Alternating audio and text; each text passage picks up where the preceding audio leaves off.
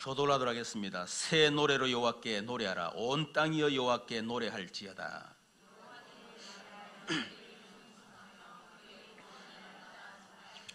그의 영광을 백성들 가운데, 그의 귀한 행적을 만민 가운데 선포할지어다.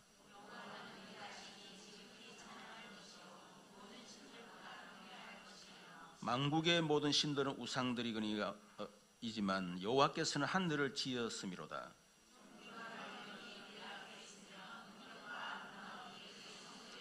만국의 족속들아 영광과 권능을 여호와께 돌릴지어다. 여호와께 돌릴지어다.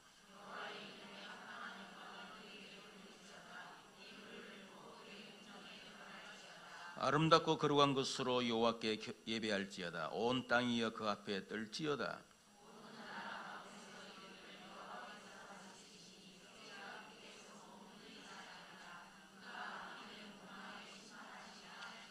하늘은 기뻐하고 땅은 즐거워하며 바다와 거기에 충만한 것이 외치고,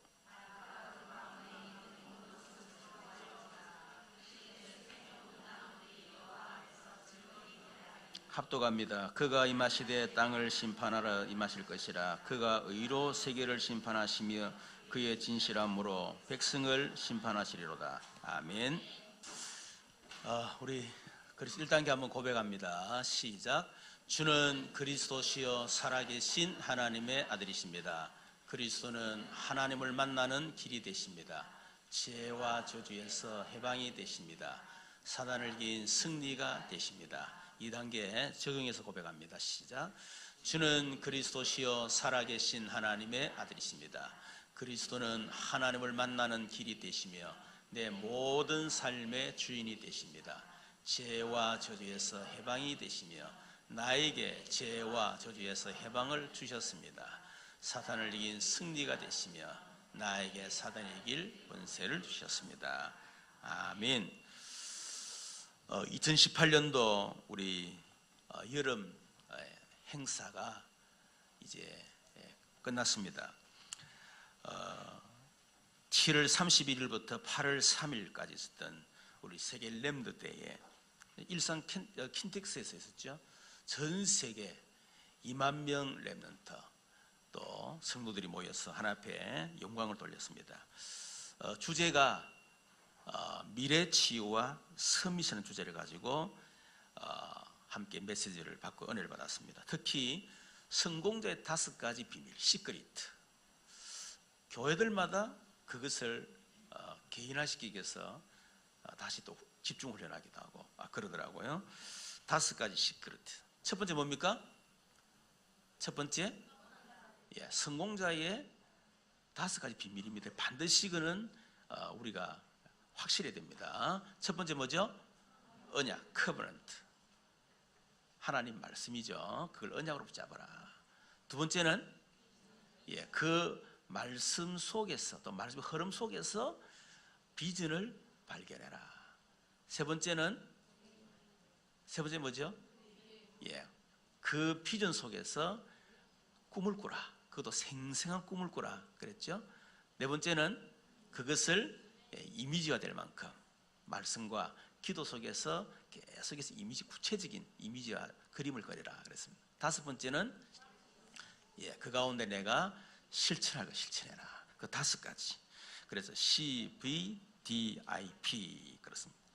그래서 이 5가지를 가지고 뭐해라? 작품을 만들어라. 어떤 작품? 내 인생 작품을 만들어라. 우리에 있는 단점도 이제는 단점이 아니고 그것을 인생 작품으로 만들어라. 여러분, 성공한 사람들 가운데는요, 단점을 극대화시켜서 그걸 오히려 성공에 발판하는 사람 굉장히 많이 있어요. 단점을 생각하지 마세요. 그렇죠. 두 번째는 장점은 역시 잘 활용해서 인생 작품을 만들어라. 세 번째는 우리에게 지난날 모든 겪었던 거, 그것 전부 다 갈등, 위기, 어려움들, 실패했던 거 있지 않습니까? 그 모든 것을 어떻게 인생 작품으로 만들어라. 성경에 보니까 응답받은 사람들은요, 다 실패 속에, 한계 속에, 그 속에서 그걸 인생 작품 다 만들었다니까요. 두 번째는 어떤 작품 만들어라? 기능 작품, 우리에게 있는 업, 렘넌트들은 학업, 우리 성도들은 여러분 기능들 있지 않습니까? 또 여러분 하는 사업들, 그것을 기능 작품 만드는 어떤 작품으로? 시대를 바꿀 만한 작품으로 만들어라. 그걸 기도하시면 돼요. 그렇죠? 하나님, 내 업이 시대를 바꿀 업이 되게 하옵소서. 그거 기도하시면 돼요. 그리고 세 번째는 어떤 작품입니까? 복음과 전도 작품을 만들어라. 이런 인생 작품을, 이런 기능 작품을, 결국은 복음과 전도 작품을 만드는 거예요. 그게 목적이죠. 그래서 nobody to teach, 아무도 가르쳐 줄 수 없는 삶을 우리는 알고 있습니다.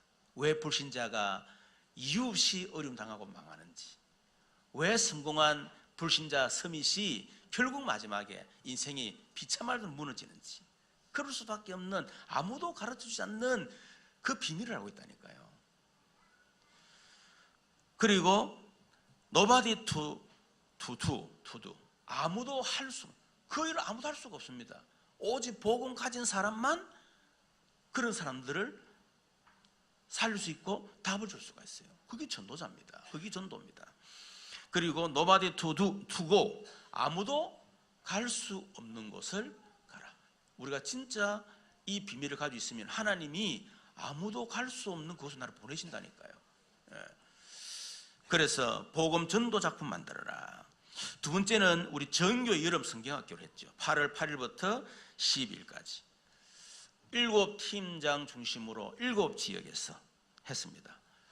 방향은 뭐냐? 버려진 렘넌트를 살릴 시스템을 세우라 그랬습니다. 이유가 뭐냐? 하나님의 관심이 그곳에 있기 때문에. 우리 아이들은 우리가 주일마다 특별한 시간에 모아서 우리가 집중하잖아요. 성경학교만큼은 이제는 버려진 렘넌트 현장 들어가서 그들을 살리는 시스템을 만들어라. 그게 하나님이 가장 원하시고 기뻐하시는 것입니다. 그래서 이번에 작년부터 사실은 우리가 성경학 패러다임을 바꾸게 됐죠. 그런데 올해 같은 경우는 참여하는 성도들이 작년은 비교가 안 돼요. 87명이요. 직장생활을 놔두고 87분이 참여를 했어요. 내가 보기에는 이 기적 같은 일이다, 그런 생각이 들고요. 또 우리 렘넌트들이 212명. 우리 교회 모임이 겨우 한 열 몇 명, 20명, 얘들 보자면 실험을 합니다. 그런데 현장에 들어갔더니 하나님이 232명, 212명의 렘넌트를 딱 준비해 놓고 하기만. 그러면서 확정 시스템 9군데 확정이 되졌습니다. 저는 이번에 중요한 게 아니고요, 앞으로 갈수록 이런 하나님의 큰 역사를 보게 될 것이다, 그리고 확신하고 있습니다. 세 번째는 전교인 선무 캠프가 8월 14일부터 15일까지 했죠. 그래서 문화 캠프, 힐링 캠프, 말씀 캠프, 이 세 가지. 특히 이 힐링 캠프를 통해서 우리 남전도회가요, 야식 코너를 만들어가지고, 참 우리 교회에 한 번도 없었던 그런 진짜 축제 분위기를 만들고요. 우리 장로님들이 꽃갈 모자 쓰고요, 섭외, 그 감동을 엄청 받았더라고 성도들이. 장로님들이 막 섭외하는 자체가 그 감동이 되는가 봐. 그래가지고 근데 보면서 이 내년에는 아예 이것을 우리 지역 주민들을 위한 하나의 문화 축제로, 그러면서 야식 코너를 만들고 그렇게 하면 안 좋겠나. 그리고 우리는 점점 불신자 현장 자꾸 들어가야 돼요. 또 불신자 현장과 우리가 점점 가까워져야 됩니다. 그래 해야 분이 살리지. 늘 우리끼리 모여가지고 우리끼리 먹고 우리끼리 자고 막 우리끼리 매체 듣고 그래 끝나버리고, 하나님이요 별로 기뻐하지 않습니다, 그런 거는. 그렇죠. 그래서 어떻게 하든지 그런 걸 이용해서요 불신 현장을 살리는, 이번 말씀 캠프를 통해서 치유와 서밋이라는 주제를 가졌죠. 치유 서밋, 다시 말해 전도자의 서밋. 뭡니까? 21가지의 삶. 그걸 놓고 성공자의 다섯 시크릿, 그것을 개인화시키고 구체화시키는 그런 훈련을 조금 했습니다. 자, 그런데 중요한 것은 이런 여름 행사들이 그냥 끝났구나 그러면 안 되겠죠. 행사가 행사로 끝나면 안 되고 이제는 그 행사를 통해서 받을 응답을 뭐 해야 되죠? 지속해야 돼요. 지속하는 방법이 뭐냐? 그게 바로 지속적으로 집중하는 겁니다. 첫 번째, 왜 우리가 집중해야 되느냐? 집중이 바로 치유의 지름길이기 때문에 그래서 우리 집중해야 돼요. 여러분, 우리 자신 속에 얼마나 틀린 각인 다른 뿔이 망할 체질이 되어 있는가, 그것을 정말 안다면요, 이거는 단순하게 주일날 와서 예배 한번 드리고 은혜 받고 끝나고 그래가지고는 절대로 안 된다는 답이 납니다. 그렇죠? 어떻게 보면 내 안에 틀린 각인 다른 뿔이 망할 체질을 그대로 가진 상태에서 교회에 들락날락하는 거예요. 어떻게 보면 교회 마당만 밟았다가 나갔다 이런 식으로 하고 있는 거예요. 그러니까 10년, 20년 예수 믿어도 전혀 변화가 없어. 옛날 그대로 각인 뿔이 체질 그대로 가지고 살다가 오늘 그대로 인생이 딱 그대로 가버리는 거예요. 여러분, 얼마나 참 안타깝습니까? 예수 믿고 뭔가 좀 새로운 인생을 살고 이제는 완전히 다른 그런 인생을 살아야 되는데 예수 믿은데도 불구하고 여전히 똑같이 살아간다. 그러면 그 본인은 얼마나 힘들겠나 그 말이에요. 그래 진짜 우리 자신 속에 있는 틀린 각인 뿌리 체질, 이 망할 체질이 진짜 제대로 보이면요, 집중이 되겠구나. 이런 집중의 이유를 깨닫게 되는 겁니다. 그래서 우리는 틀린 각인이 치유돼야 됩니다. 뭐죠?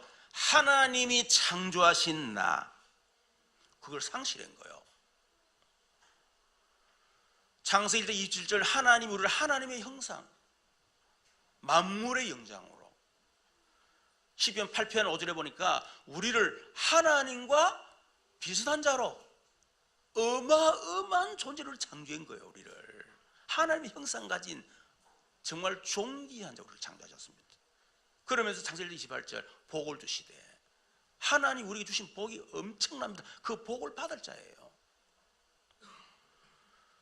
그런 하나님이 창조한 나를 놓쳐버리고 사단이 심어놓은 틀린 각인, 그것으로 각인되어 있는 거예요.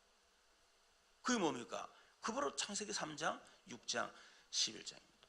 우리는 하나님의 형상이기 때문에 여러분, 우리의 주인은 내가 아닙니다. 그렇죠? 내 인생을 내가 책임질 능력도 없고 책임질 필요도 없습니다. 여러분 자녀를 낳아놓고 야 이제 낳았으니까 할 때 됐으니까 앞으로 네가 이제 알아서 기든지 뭐 젖을 먹든지 알아서 살아 노하다 해가지고, 그런 부모가 어디 있어요? 내가 너를 끝까지 책임질게. 그게 부모잖아요. 하나님 우리를 하나님 형상 똑 지어놓고 야 내가 이제 창조했으니까 나머지 네가 알아서 살아. 수고하고 땀 흘려가면서 고생하면서 살아. 그렇게 하나님은 하지 않습니다. 어느 정도 내 인생을 내가 책임질 수도 없지만은 책임질 필요 없을 만큼 하나님이 내 인생을 책임져 주겠다. 그런데 사단이 심어놓은 거야. 야 하나님 어디 있냐? 뭘 하나님을 도와준단 말이냐? 네 인생 네가 주인이고 네가 책임지고 네가 열심히 살아야 되지 누가 도와준단 말이냐? 그런 말에 속지 마. 그게 창세상 원죄예요. 그게. 그런데 여러분이 그렇게 지금까지 살아오셨잖아요. 사단이 심어놓은 틀린 각인가가 그게 속아가지고 여러분 인생 지금까지 져왔잖아요. 근데 책임진 결과가 어떻습니까?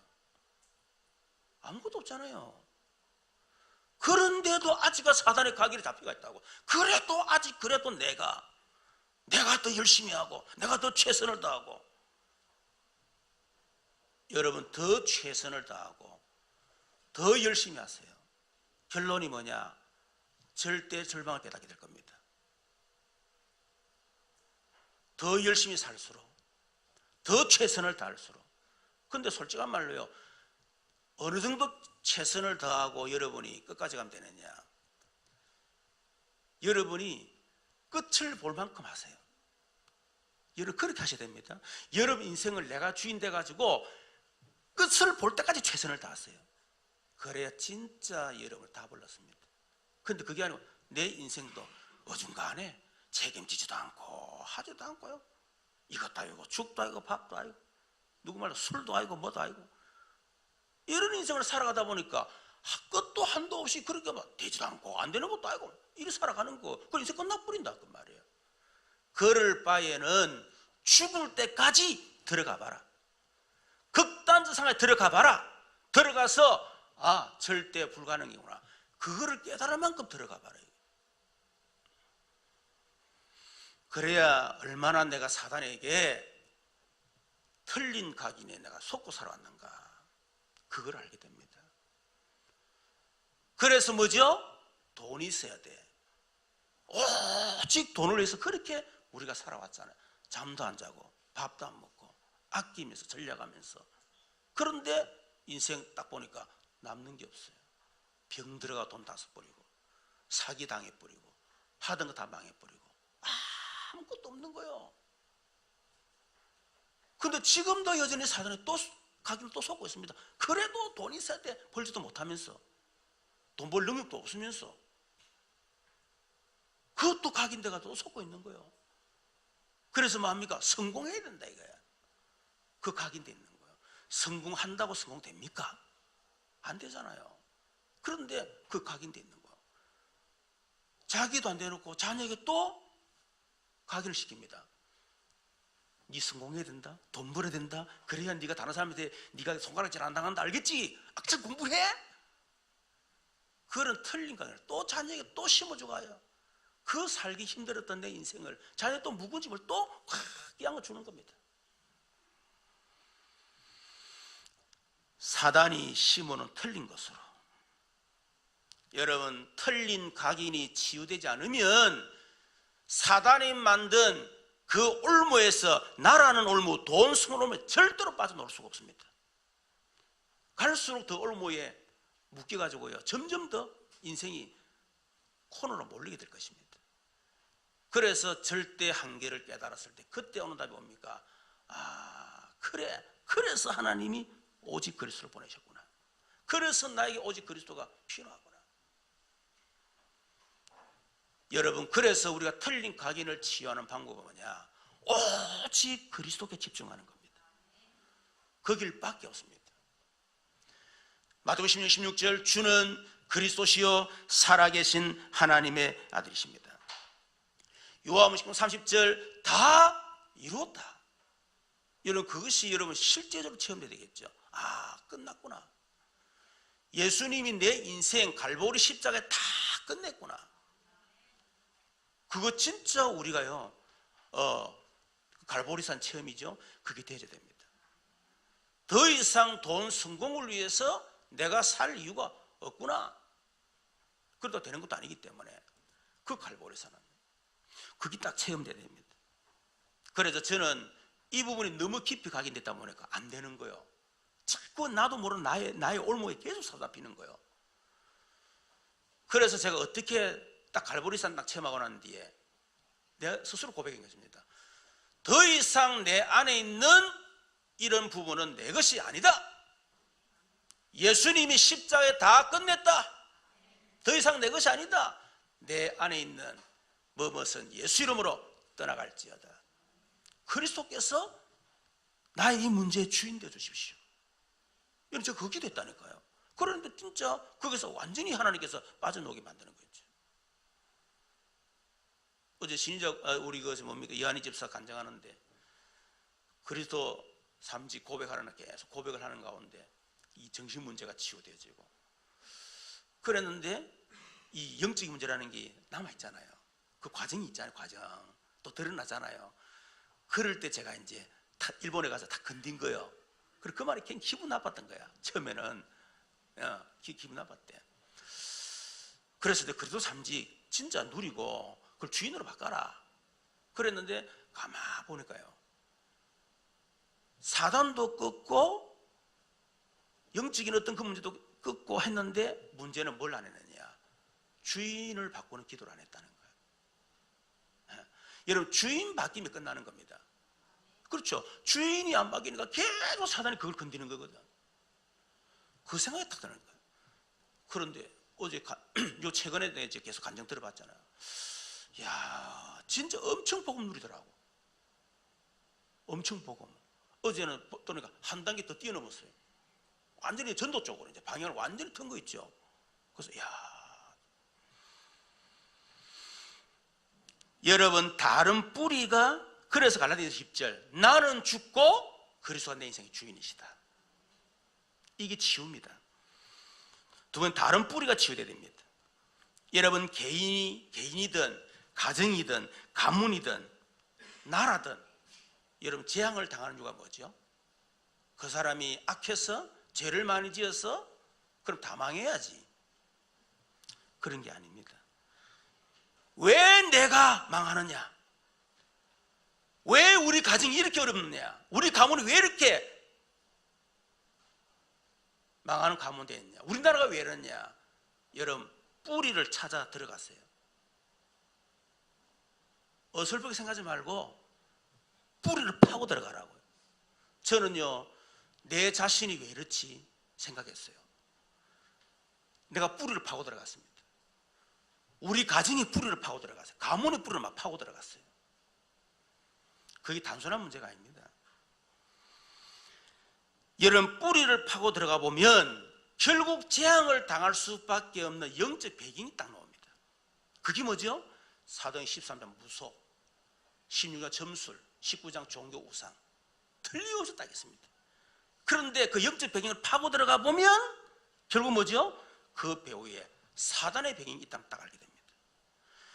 여러분이 망한 그 배경 속에 영적인 배경도 있지만 올라가 보면 결국은 사단의 배경이 있다. 여러분, 저는 우리 가정과 우리 부모님을, 우리 가문을 보면서요, 이거는 사단의 역사가 아니고는 있을 수 없는 일이다. 어떻게 자꾸 단명을 다 죽습니까? 한 명도 빠짐없이. 우리 아버지만 겨우 살아남았다니까요. 어떻게 그럴 수 있습니까? 사단의 배경, 그 무속이라고 하는 엄청 영적 배경, 뿌리를 파고 들어가 있대요. 그래서 우리에게 있는 그 틀린 영적 배경, 뿌리 있잖아요. 그거를 바꾸지 않으면 안 된다는 겁니다. 그 사단의 배경을 바꾸지 않으면 절대로 안 돼요. 그래서 그 배경을 바꾸는 길이 뭐냐? 오직 하나님의 나라. 진짜 하나님의 나라 배경 바꿔야 돼요. 여러분 가정 가문에 하나님 나라가 임하도록 기도해야 여러분 가정 가문에 망할 수밖에 없는 영적 배경이요 바뀌고 뿌리가, 사단의 뿌리가 꺾이 버리는 거예요. 그래 바뀝니다. 그냥 예수 믿으면 되겠지. 여러분 그렇게 쉽게 생각하지 마세요. 물론 예수 믿으면 됩니다. 그런데 그건 시작입니다. 이제는 실제로 그 예수를 어떻게 우리가 복음을 제대로 내가 누리느냐 그거거든요. 근데 문제는 누리는 방법을 몰라. 그 막연하게 누리는 거예요. 막연하게. 세 번째는 망할 체질 치유입니다. 개인이 망하는 이유는 결국은 체질 때문에 그런 거거든요. 왜 망하느냐? 망할 체질이니까. 체질이 망할 체질이요. 왜 실패하느냐? 체질이 실패할 체질이라. 불신자 가운데도 성공하는 사람은 체질이 성공 체질이에요. 그 체질을 바꿔야 돼요. 불신자들은 어떤 체질이냐? 불신자 6가지 운명이라는 틀에 딱 갇혀 살아갑니다. 그게 체질이 딱 돼 있어요. 그 배경 운명이 뭐죠? 사단에 딱 잡혀 있는 거예요. 그리고 그 가문의 내로는 사단의 영적 배경이 틀이 있습니다. 우상, 무속, 점술이라고 하는 영적 배경이 틀이 있다. 그 딱 갇혀 살아간다니까요. 그리고 그것 때문에 오는 정신의 틀, 마음과 생각의 틀에 딱 사잡혀 살아갑니다. 그거 못 벗어난다니까요. 마음과 생각의 틀. 그러다 보면 육신의 틀에 잡혀가는 경제적인 가난의 틀, 질병의 틀, 실패의 틀, 무능의 틀, 그것도 사잡혀가는 거예요. 그러다 보니까 뭡니까? 지옥의 틀. 한마디로 삶이 완전히 지옥이라. 그리고 그 저주의 틀을 어떻게 후대들이 그대로 되물리면 영적 저주의 그 되물림의 틀을요 후대들이 딱 남기는 겁니다. 이게 불신자의 6가지 운명의 틀입니다. 이 속에 딱 살아가거든요. 그런데 저와이는 구원받았잖아요. 그 빠져나왔습니다. 나왔는데 그게 체질화되어 있는 거야. 불신자로 살았을 때 그 가난의 체질 있잖아요. 못 벗어난다 그 말이에요. 그거 바뀌어야 됩니다. 여러분 구원받았지만은 불신자로 살았을 때의 틀, 그 생각, 삶, 여러분의 이런 것들이 바뀌지 않으면요, 결국 사단은 계속 그 틀을 가지고 여러분들을 계속 긁어 넘어지는 거예요. 불안한 사람은 여러분 예수 믿고 틀 안 바뀌면 예수 믿고도 계속 불안합니다.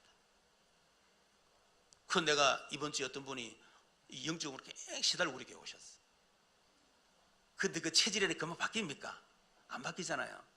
신을 받으라고 했고 굉장히 강한 신이 임했던 분이잖아요. 근데 그걸 막 워낙 강하니까 막 거부하고 어릴 때부터 뭔가 보이고 뭐 말을 하면 들어맞고요. 막 이런 식으로 한 거예요. 그런데 이제 그걸 시달리다가 이제 복음받고 예수 하나님 자녀가 된 거예요. 그런데 이게 금방 체질이 바뀝니까? 순간 사단이 또 건드리는 거예요. 또 이렇게 참 어렵게 만들고 힘들게 만들고.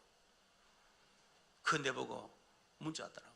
목사님, 내가 이러다가 완전히 사단에게 내가 잡히지 않겠습니까? 내가 그래, 걱정하지 마세요. 당신 신분이 뭡니까? 하나님 자녀잖아요. 당신 속에 그리스도 계시잖아요.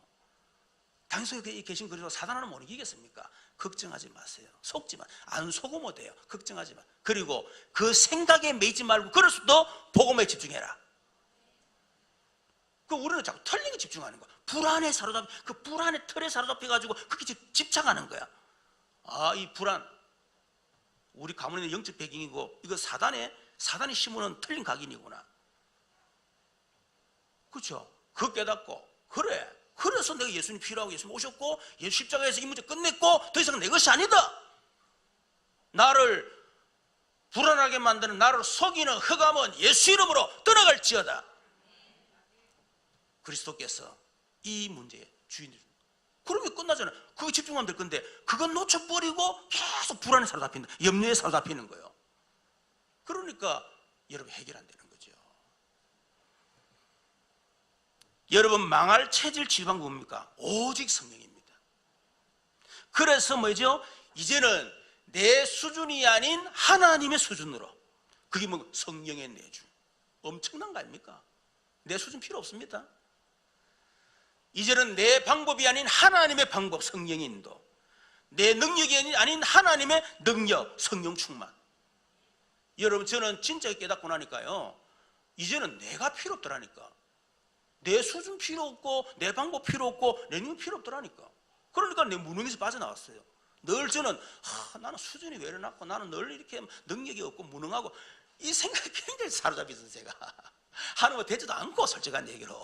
그러니까 더 사로잡히는 거죠. 그때 저는 깨달았어요. 절대 불가능이구나. 절대 무능이구나. 딱 깨닫고 난데요. 진짜. 그래서 오직 성령.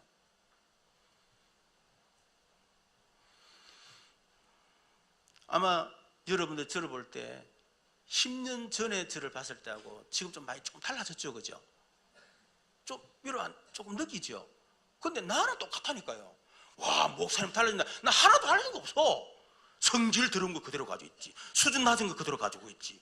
나 똑같아요. 열도 제대로 받지. 제대로 드러냈지. 안 바뀌어. 더 앞으로도 내 바뀔 때 기대하지 마세요. 기대했다가 그때 실망할 거니까. 안 바뀝니다, 여러분. 하다가 말았다가 그거 잘 안 바뀐다는 거, 그거.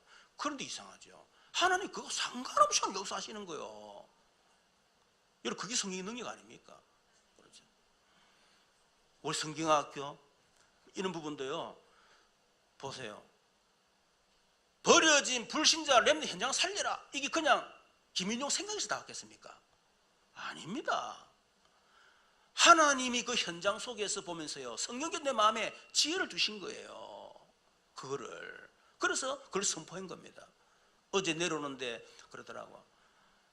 진짜 이 하나님 이 설교가요, 그냥 설교가 아니고 진짜 하나님 말씀으로 왜? 그 말씀 그대로 성취가 되니까. 여러분, 제가 무슨 능력이 있어가지고 여러분들의 좋은 말 해가지고 여러분 그 말씀 들었더니 내 삶에 증거 나타난다. 그건 내하고 상관없는 겁니다. 나는 아닌데 하나님 내게 말씀을 주신 것을 선포했더니 성도들이 그 말씀 그냥 붙잡은 거예요. 언약으로.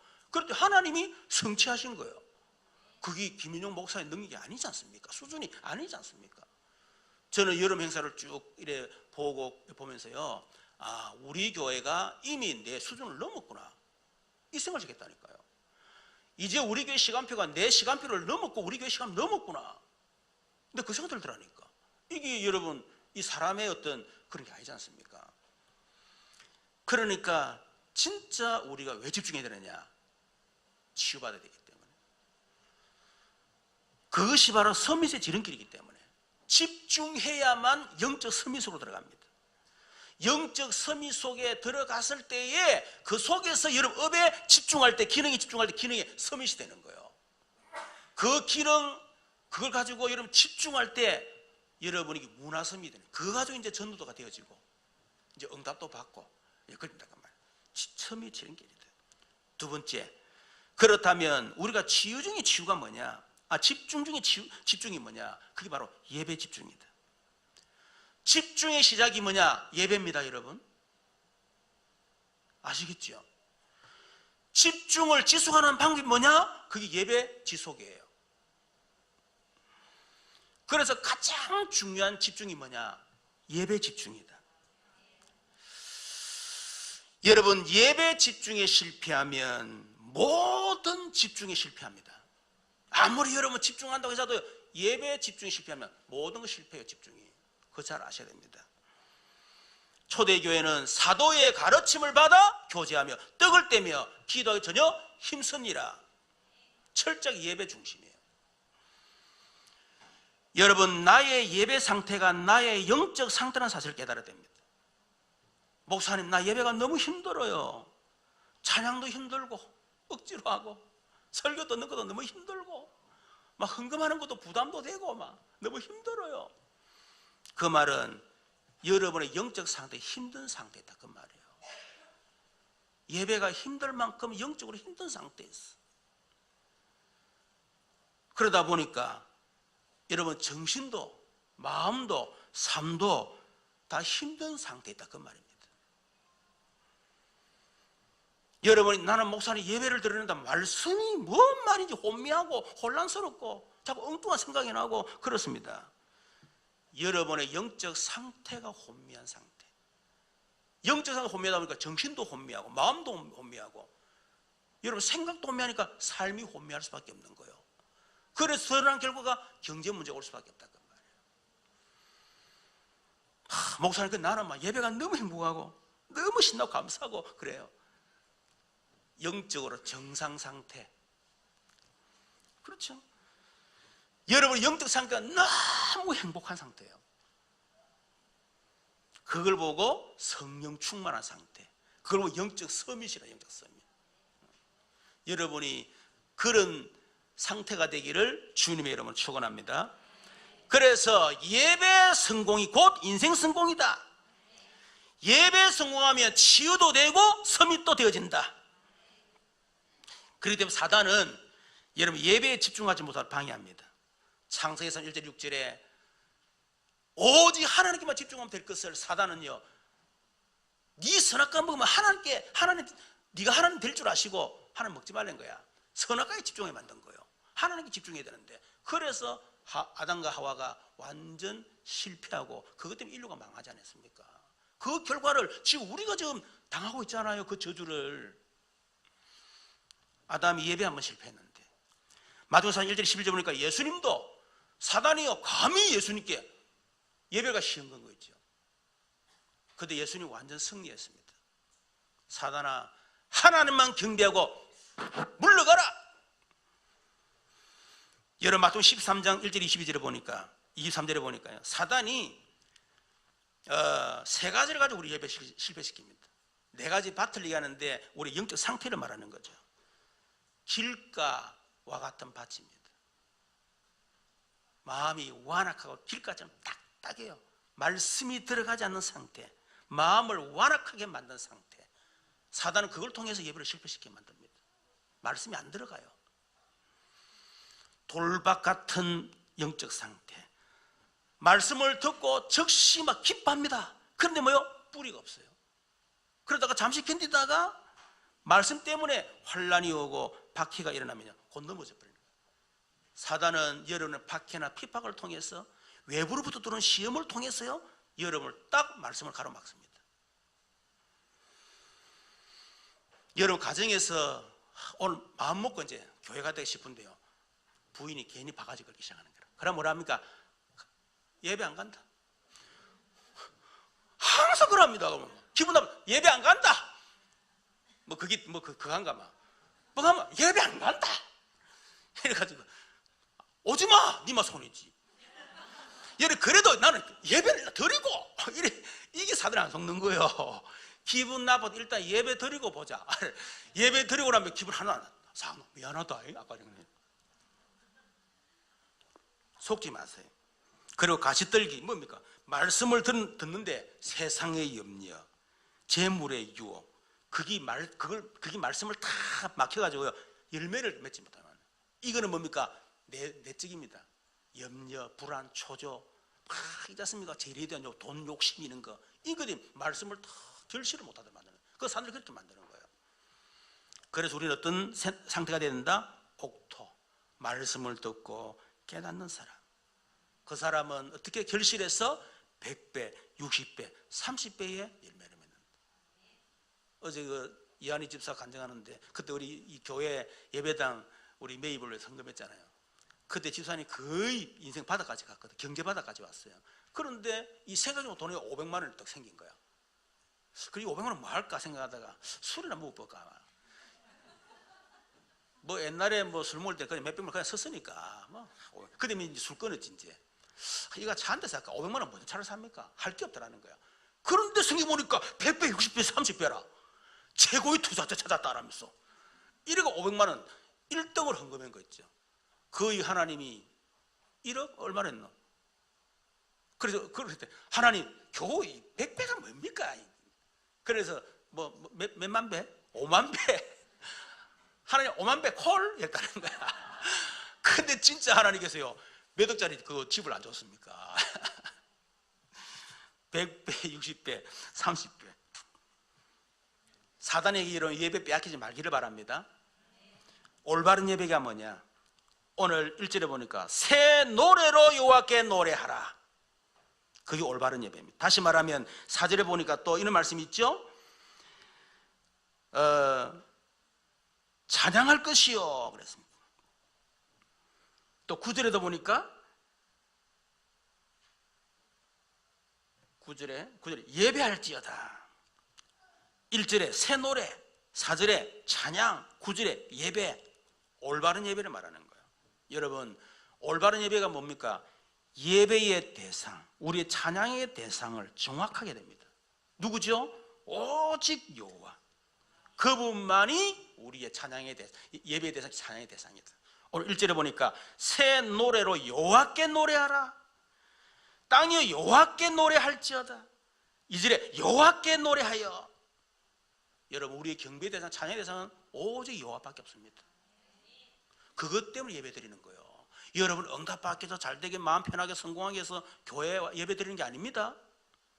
아시겠죠? 예배의 대상, 그분이 어떤 분입니까? 4절 5절에 보니까 위대하신 하나님, 모든 신들보다도 위대하신 여호와, 그분 앞에 찬양하는 거예요. 6절에 존귀와 위엄과 능력과 아름다우신 그 여호와께 우리가 찬양하는 겁니다. 10절에 절대 통치자, 모든 나라를 다스리시는 그분이 우리의 예배의 대상입니다. 13절에 그분은 심판자입니다. 심판자이신 여호와. 심판의 기준이 뭡니까? 공평과 의와 진실. 그럼 공평하면 되냐? 아닙니다. 다시 말하면 그리스도가 하나님의 공평이요, 하나님의 의요, 하나님의 진실입니다. 심판의 기준이 다른 게 아닙니다. 네가 예수 믿었냐 안 믿었냐, 그 기준 그것밖에 없어요. 착하게 살아가는 기준이 아닙니다. 두 번째는 예배 혹은 찬양의 내용이 뭡니까?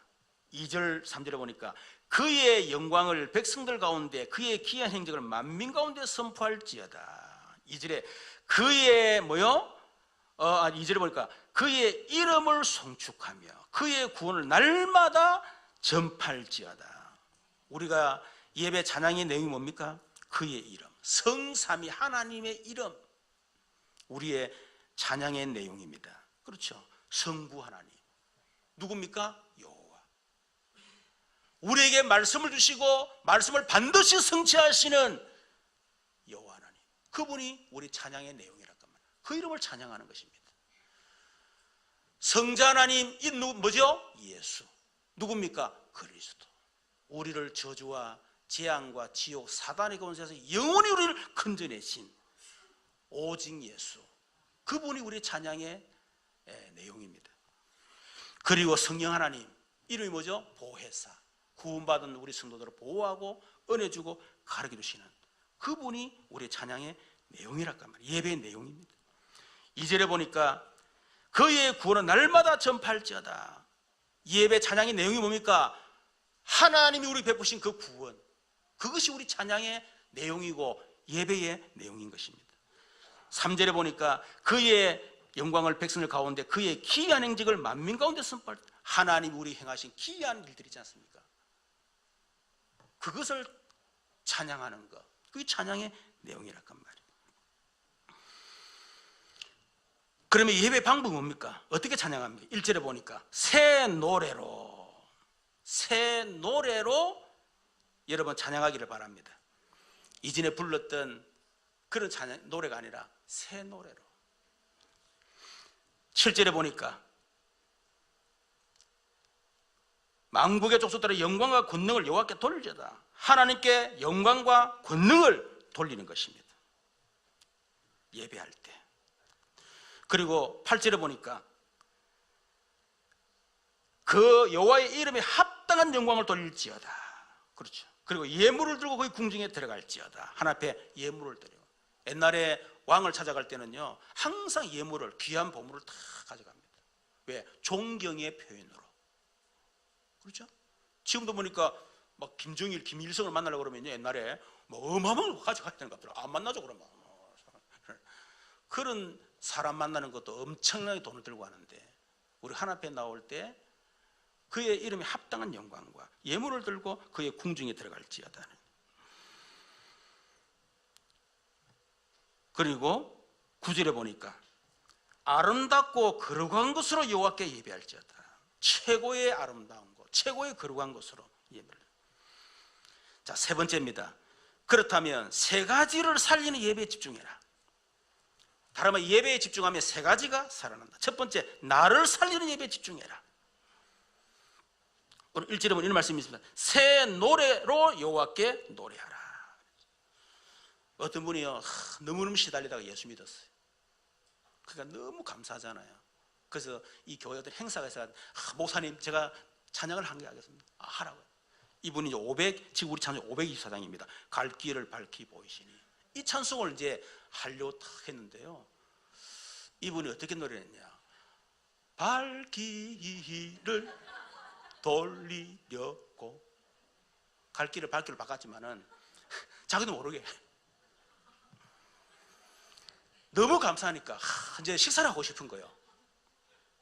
그러니까 이분이 하나님 목사님한테, 목사님 내가 한턱 속겠습니다. 내가 완전히 불신자였던 거예요. 그래도 그 마음속에 너무 기쁜 거예요. 2절에 보니까 그의 이름을 송축하며 그의 구원을 날마다 전파할지어다. 그 이름과 구원. 3절에 그의 영광을 백성 가운데 그 기이한 행적을 만민 가운데 선포할지어다. 하나님이 내게 행하신 기이한 행적. 7절에 보니까 만국의 족속들아 영광과 권능을 여호와께 돌리자. 여호와께 돌리자. 뭡니까? 영광과 권능을 여호와께 돌리자. 여러분, 이렇게 하라고 얘기하는 겁니다. 여호와께 노래할지어다, 전파할지어다, 선포할지어다. 이유가 뭐냐? 본인이 누리고 있다는 증거. 여러분, 내가 누리지 못한 사람은요, 상대방한테 그렇게 하라고 절대로 말 못합니다. 그렇죠? 내가 못 누리는데. 그래서 나를 살리는 예배에 집중해라. 두 번째는 교회, 다른 성도를 살리는 예배에 집중하시길 바랍니다. 여러분 12가지 인생 문제 속에 살다가 성도들이 교회에 다 왔어요. 그래서 그런 성도들에게 과연 교회가 필요한 게 뭡니까? 그렇게 살다 교회 왔습니다. 뭐가 필요합니까? 바른 말이 필요합니까? 그렇게 살면 안 돼. 바르게 살아. 착하게 살아. 더 열심히 살아. 더 잘해야 돼. 그 말이 필요합니까? 저는 그 말이 필요 없다 생각합니다. 어떤 말이 필요합니까? 해방, 치유, 회복, 힘, 생명이 필요한 겁니다. 죽어 있으니까. 그렇죠. 그래서 예수님 마태복음 11장 28절 수고하고 무거운 짐자들아 다 내게로 오라. 내가 너희를 쉬게 하리라. 요한복음 14장 27절에 평안을 너희에게 끼치노니 곧 나의 평안을 너희에게 주노라. 내가 주는 평안은 세상이 주는 같이 아니하니라. 평안을 너희는 마음에 근심하지 말고 두려워하지 말라. 여러분 교회는 바른 말하는 곳이 아닙니다. 그걸 넘어가면 돼요. 그렇죠. 상식적인 말을 하는 곳이 아닙니다. 그거는 넘어가면 되는 거예요.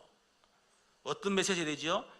해방의 메시지, 치유의 메시지, 회복의 메시지, 힘주는 메시지, 살리는 메시지. 여러분 우리 교회 요즘 보니까 이 영적으로 정신적으로 삶이 힘든 분들이 많이 옵니다. 제가 봤을 때 정상적 교회. 여러분 그분들 교회 많이 오셔야 돼요. 그럴 때에 여러분 우리 성도들이 어떻게 해야 됩니까? 기다려 주셔야 돼요. 일을 해야 돼요. 그러면서 뭐 해야 되죠? 그들에게 다른 게 아닙니다.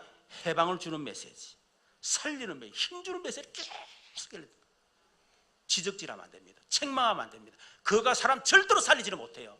괜찮아. 아무 문제 아니야. No problem. 그리스도 앞에서는 아무 문제나 괜찮다. 기다리면 돼. 되어가는 중이야. 공사 중이야. 괜찮아. 당신은 크게 쓰임 받을 거야.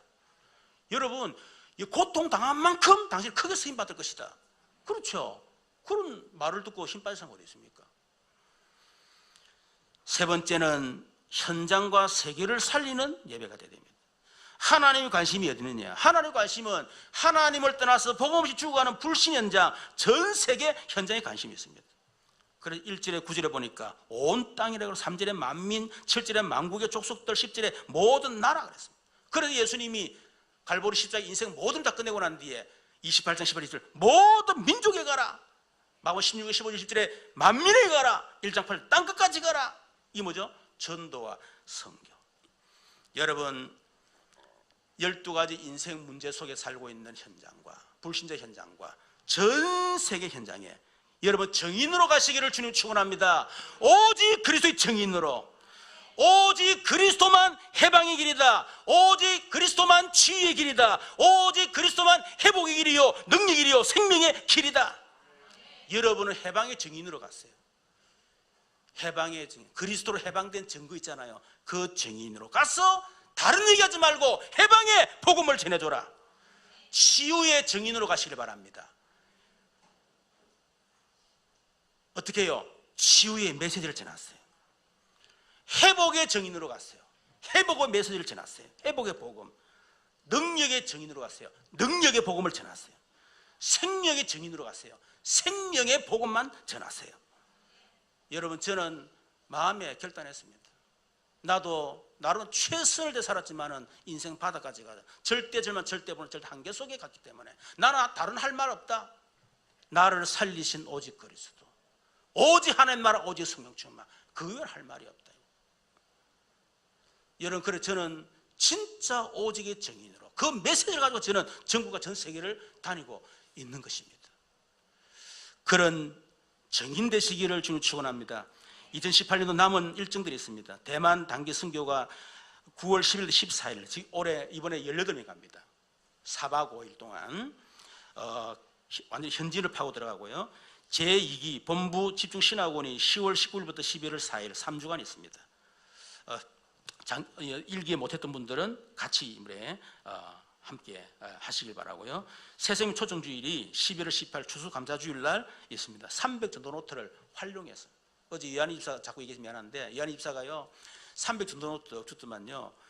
일단 자기 보험 대상자를 적었대. 이 보험 대상자들, 전도 대상자가 아니고 보험할 대상자들 적었대. 그런데 신기한 건 그 대상자라고 기대는데요. 하나님이 그 사람 하나 다 불러내더라는 거야. 그리고 교회 오게 만들더라는 거야. 뭐 보험 대상자를 적든 아니면 여러분 미워한 사람 적든 하여튼 적으세요. 적어놓고 계속 기도하세요. 그 사람들이 결국은 예수 믿게 됩니다. 그래서 새생명 초청주일날 그걸 초청해서 우리가 천국운의 이 엄청난 축복을 함께 누려야 돼요. 우리 말씀을 생각같이 한번 기도하도록 하십시다. 하나님, 오늘도 우리에게 이 주신 말씀이 그대로 성취되고 하나님이 진짜 집중할 수 있도록, 치유될 수 있도록, 서밋으로 설 수 있도록, 그래서 증인으로 갈 수 있도록 역사에 주옵소서. 우리 주여 한번 부르기도 하겠습니다. 주여, 살아계신 하나님 감사합니다. 여름 행사 이후에 이제는 또 다른 응답을 놓고 우리가 집중의 축복 속으로 들어가도록 하나님께서 역사에 주옵소서. 집중을 통해서 우리의 틀린 각인뿌리 체질이 박연 서밋으로 서게 하옵시며, 특히 우리가 예배에 집중하게 하시며, 이제는 하나님 오직 그리스도, 오직 하나님 나라, 오직 성령 충만의 증인으로 이제는 개인을 살리고 교회를 살리고 성도를 살리며 현장과 세계를 살리는 오직의 증인으로 갈 수 있도록 역사의 주, 우리에게 있는 모든 것을 복음과 전도의 인생 작품으로 완전히 만들 수 있도록 우리에게 은혜를 두하여 주시옵소서. 살아계신 주 예수님.